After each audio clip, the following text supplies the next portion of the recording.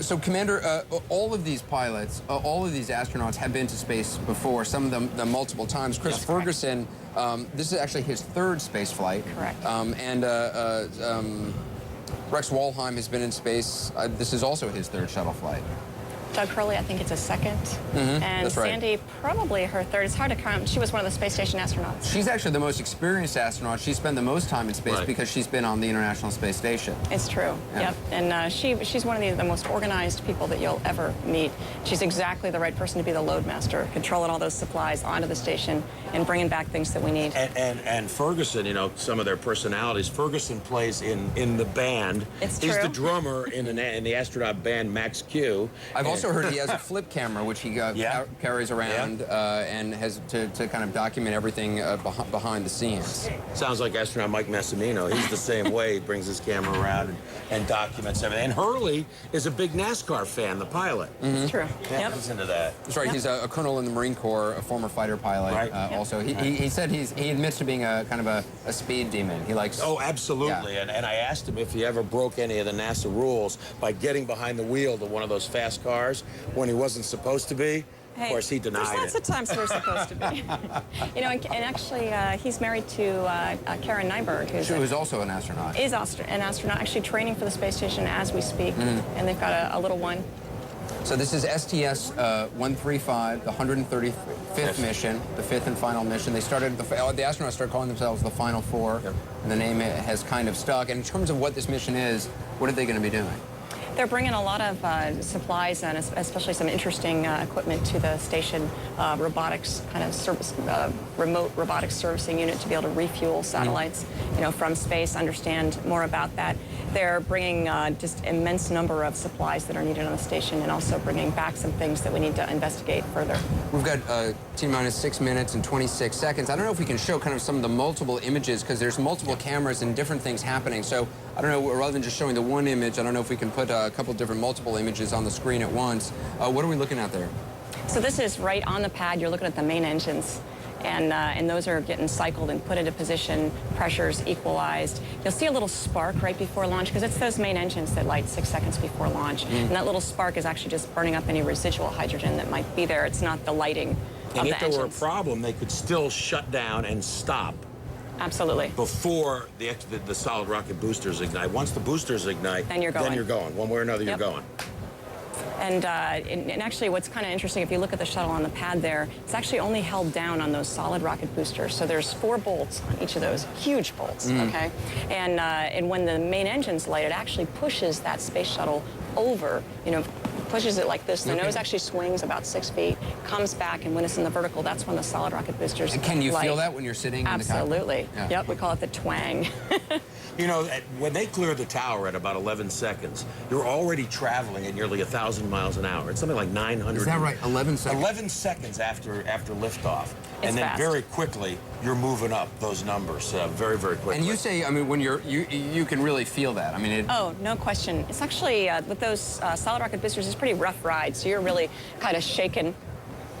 And as I said, with about the last 2 minutes to go, we're going to just turn the audio over to the launch control, so you will hear what the astronauts are hearing. You'll hear what is happening in the control room. You know, George Diller, who was doing the commentary for NASA, he started in 1979. He was brought on for the build-up of the shuttle program to do commentary. And I asked Diller, and Diller's very first shuttle that he did commentary for was Atlantis. Now he's doing the last one. He said it was just 2 days ago when he settled on the words that he was going to use. Of course, he won't tell me what they are because they're going to be pretty historic, whatever he ultimately says at liftoff before he turns it over to Rob Navius, who is the voice of mission control out in Houston, who will then take over commentary as soon as the shuttle clears the tower. And you think about all the people who have flown on board. There's 355 people have flown 852 times on 135 missions going back since 1981. 16 countries, as you said, have been represented with astronauts and people on board this. 14 people, of course, have lost their lives in the two disasters, and of course, on this day we remember them all. I know that Lorna Onizuka, the wife of Ellison Onizuka, who died on Challenger, I saw her a couple days ago. She's here. She's watching. She's come to nearly every shuttle launch since about 5 years after her husband perished. And she says she believes Ellison is looking down on them. I have no doubt. I doubt, yep. There's only 4 on this shuttle, but they bring with them the hearts of so many people. It takes so many people to make this work, and you talked about George being back to do the commentary. Yeah. So many people have worked on these launches, these shuttles, for so long, and all of them are going today. And let's listen in now to launch control. Verifying now that the main engines are in their start position.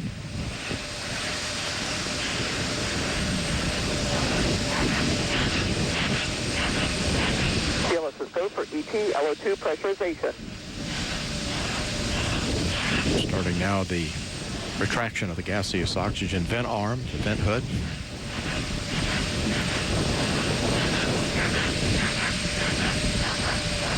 TLT OTC, clear caution warning memory. Verify no unexpected errors. Fuel cells going to internal. External tank camera being activated at this time. OTC, PLT, no unexpected errors. Copy that.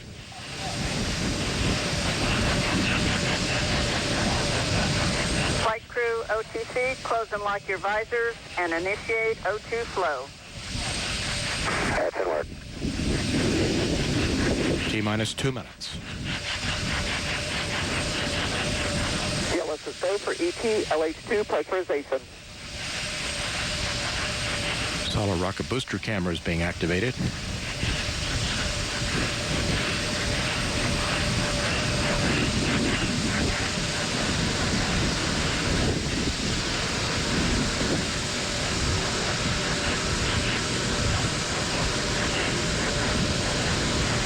T-minus 30 seconds.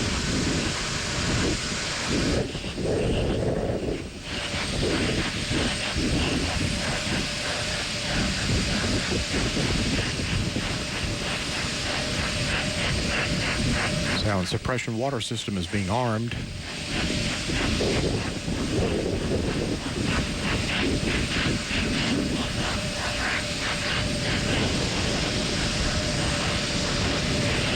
T-minus 1 minute.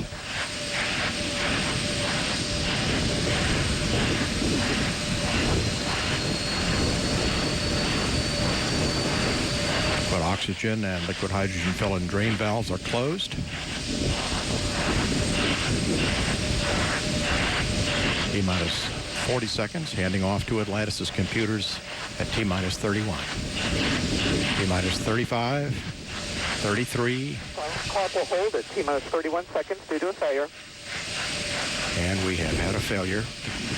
Grand launch sequencer. We had a problem on the box retract switches.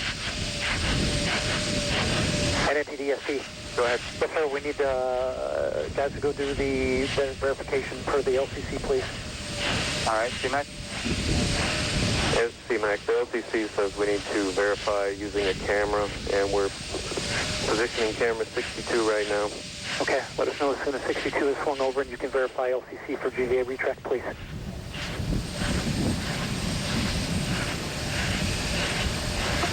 And all personnel, we're holding here 31 seconds while we get a verification that the GVA has fully retracted per our pre-plan. This is CMAC. We verify retracted. Okay, and you can verify that it is fully retracted per the instructions that we've been that we developed, correct? That's correct. All right, and SPE? And NTD, SPE concurs. They satisfy the requirements of GSE 13 pre-plan contingency. I am go. Okay, I copy. And launch director? Yes, sir. I heard all that and concur. Press on. All right, very good. NTD, ST. Yes, sir. Yes, sir. I need concurrence to GLS and mass to clear the hold, please. Very good. And GLS, you have concurrence? Go. Copy that. It's in work. Thank you. Let us know when that's complete.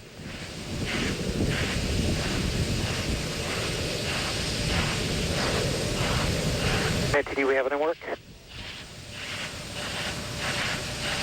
All right, guidance.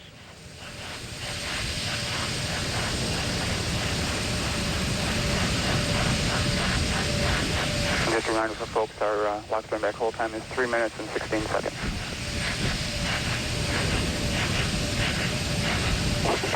NTD CTLS on 212, we're ready to go. All right, very good. And launch director, with that cleanup, we're going to go ahead and proceed. Yes, sir, please do. All right, and all personnel, we are going to pick up the clock here momentarily. And GLS, you can resume the clock on your mark. Copy that.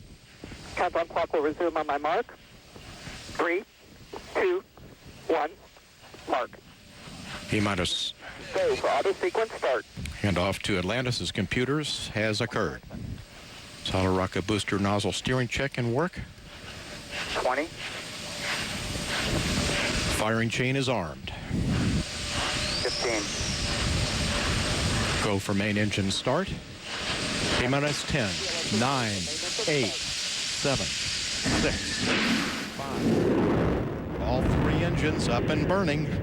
2, 1, 0, and liftoff. The final liftoff of Atlantis on the shoulders of the space shuttle. America will continue the dream. Program, Houston. Roger, roll, Atlantis. Houston now controlling the flight of Atlantis. The space shuttle spreads its wings one final time for the start of a sentimental journey into history. 24 seconds into the flight, roll program complete. Atlantis now heads down, wings level on the proper alignment for its 8.5-minute ride to orbit. 4.5 million pounds of hardware and humans taking aim on the International Space Station. 40 seconds into the flight, the three liquid fuel main engines throttling back to 72% of rated performance in the bucket, reducing stress on the shuttle as it goes transonic for the final time. Engines now revving up, standing by for the throttle up call.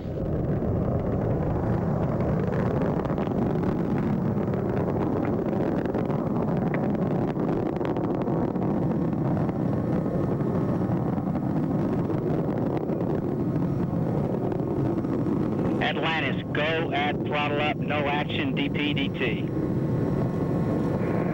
Go with throttle up, no action on DPDT. That call from Capcom Barry Wilmore, a transducer, instrumentation only, no action required.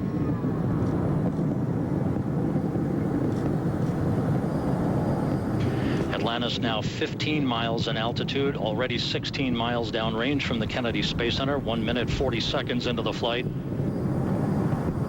Atlantis flexing its muscles one final time. Atlantis traveling almost 2,600 miles an hour, 21 miles in altitude, 24 miles downrange, standing by for solid rocket booster separation.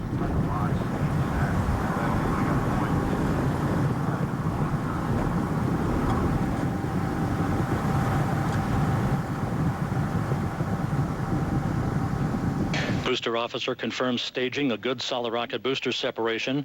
Guidance now converging. The main engine steering the shuttle on a pinpoint path to its preliminary orbit. 2 minutes, 20 seconds into the flight. Atlantis already traveling 3,200 miles an hour, 35 miles in altitude, 50 miles downrange.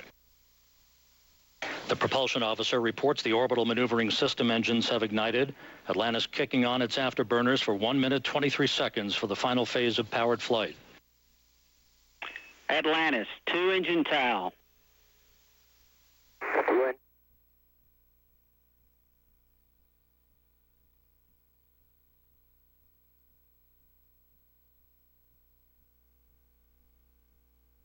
Okay, info plus 230, go ahead. Press to ATO, 10.8. Press to MECO, 14.7. Press ATO 10.8, press to MECO 14.7. That's a good readback, Atlantis. Because of the slightly late launch time, Capcom Barry Wilmore reading up to pilot Doug Hurley the updated abort boundaries for Atlantis, which is flying on the singular power of its 3 liquid fuel main engines, draining 0.5 ton of fuel per second from the shuttle's large fuel tank. 3.5 minutes into the flight, Atlantis traveling 4,200 miles an hour, 54 miles in altitude, already 120 miles downrange from the Kennedy Space Center. 3 good main engines, 3 good auxiliary power units, 3 good fuel cells for Atlantis.